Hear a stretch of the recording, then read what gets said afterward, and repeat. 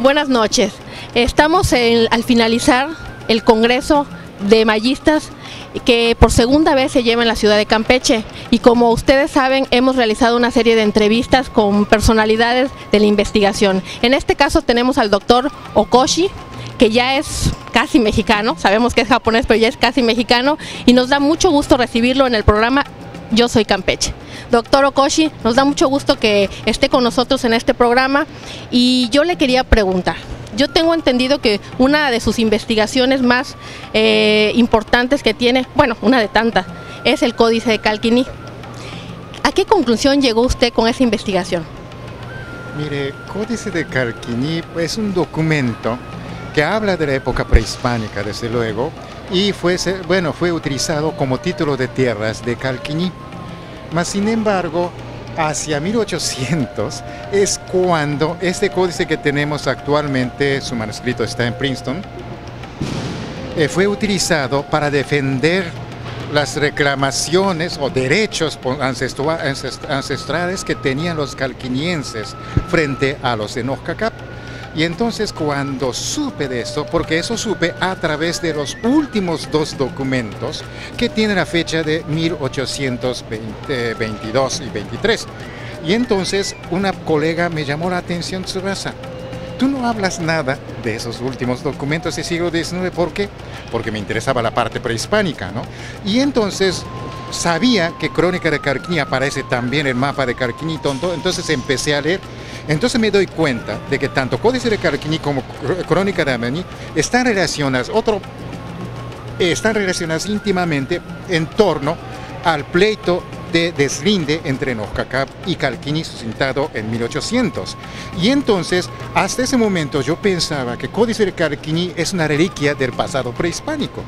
Pero en ese momento me doy cuenta de que todavía en a principios del siglo XIX, para los calquinienses y para la autoridad colonial, así como para los de Nojcacap, sí se trataba de un documento importantísimo ancestral para defender sus intereses territoriales. Y también, obviamente, ahí está reposada lo que es la identidad de pertenecer a Calquini, ¿no? Es la fuente de identidad también. Estos documentos de los que usted habla, ¿en dónde se localizó? ¿En la ciudad de Calquini o en otro archivo? En la Biblioteca Central de la Universidad de Princeton, que está en Estados Unidos, New Jersey. Ahí está el original. Y yo también he ido al archivo de la ciudad de Calquini para buscar, porque las primeras páginas del Códice de Calquini están perdidas. Entonces posiblemente todavía estén en el archivo de Calquini. Lamentablemente revisé todo, pero no se encontró. Entonces, cuando sale de Calquini, por alguna razón alguien engañó al cacique de Calquini y luego va a Mérida. Francisco Molina Solís, por ejemplo, un destacado historiador yucateco, tenía en su poder, porque llegó a la mano de Crescencio Carrillo y Ancona, y entonces él le presta al don Francisco Molina Solís, y él utiliza ese documento por vez primera para elaborar la historia del descubrimiento de Yucatán. Entonces, para reconstruirla hipotéticamente la organización sociopolítica de los canules, él usa. Pero no existe, en ese estudio de Francisco Molina Solís, no he encontrado ningún dato novedoso que podría haber salido de las primeras páginas. Entonces, cuando él revisó, ya no tenían primeras 10 páginas. Entonces, entre Calquini y Mérida se pierde y empieza a tomar distinto camino. Estoy sospechando que posiblemente algún coleccionista norteamericano posiblemente tenga. ¿Y usted cree que se pueda realmente localizar ese documento para que usted pueda ampliar más esa investigación, o definitivamente no? Pero sin embargo, pues lo veo sumamente difícil. Sumamente difícil. Pero no ha cerrado la investigación, ¿verdad? No, siempre estoy dispuesto a encontrar tales cosas, obviamente. Claro, actualmente, ¿cuál es su investigación? ¿En qué tema está? Ahora, estudiando los mismos documentos que he trabajado durante los últimos 30 años, ahora quiero analizarlos como documentos coloniales y dentro de contexto. O sea, antes los utilizaba, como decía en mi conferencia, utilizaba como para extraer de ahí los datos para la reconstrucción histórica de la época prehispánica. Pero ahora no. dentro del contexto histórico colonial, cómo estos documentos fueron elaborados, para qué, y cómo a lo largo del tiempo va cambiando su función y significado. Y cómo, sobre todo, cómo los manejaban físicamente. Obviamente para litigios jurídicos se utilizaban. Pero sin embargo, ahorita me dice un investigador peruano de que en Perú esos documentos sacaban del archivo y entre todos los miembros del pueblo, cada año daba una vuelta físicamente trazando las mojoneras. Es ahí, en cada mojonera, ellos leían ese texto.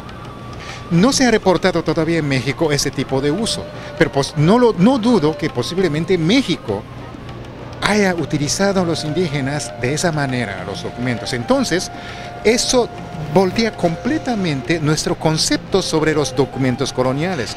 Siempre nosotros pensamos que todo, aunque estaban por Archivo General de Nación, está en la biblioteca de la Universidad de Tulane y todo, entonces como parte de, nosotros pensamos como parte de archivo o biblioteca, digamos, ¿no? Como libros normales que nosotros consultamos de manera individual, pero no fueron así. Debería ser de manera integral, además, ¿verdad? Y seguramente hay otro tipo de documentos que se entrelazan de alguna manera. Entonces, ahora, a partir de la semana próxima, voy a ir ya constantemente a Archivo General de la Nación para encontrar primero más títulos de los pueblos. Y, bueno, sobre todo aquellos títulos que estén escritos en maya. ¿Qué tipo de lenguaje se usa? ¿Y en qué contexto fueron elaborados y cómo fueron utilizados? Eso es lo que tengo que hacer. El problema es que, como dije en la conferencia, que me encuentro solo todavía.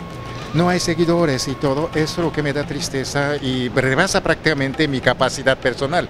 Pero espero que en el futuro los jóvenes se interesen y que podamos formar un equipo para trabajar arduamente. Pues definitivamente sí, y eso no es más que con la difusión, ¿verdad? Por eso es que nos da tanto gusto que nos haya acompañado. Pero como última pregunta, ¿qué le pareció este 9º Congreso Internacional? Como siempre, nosotros ofrecemos un espacio de discusión, no solamente en cada uno de los simposios, sino también fuera de simposios. Es ahí, cuando, por ejemplo, desayunando, comiendo o tomando, como decía el secretario de Cultura, no, por ejemplo, tomando licores alcohólicos.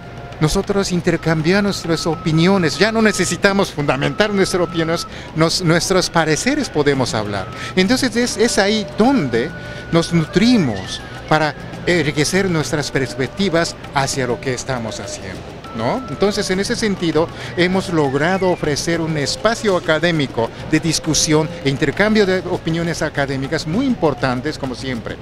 Y Campeche, pues, ha sido esta vez también, como siempre, ha ofrecido un ambiente magnífico para todos nosotros. Bueno, y esperemos que siga así, ¿verdad?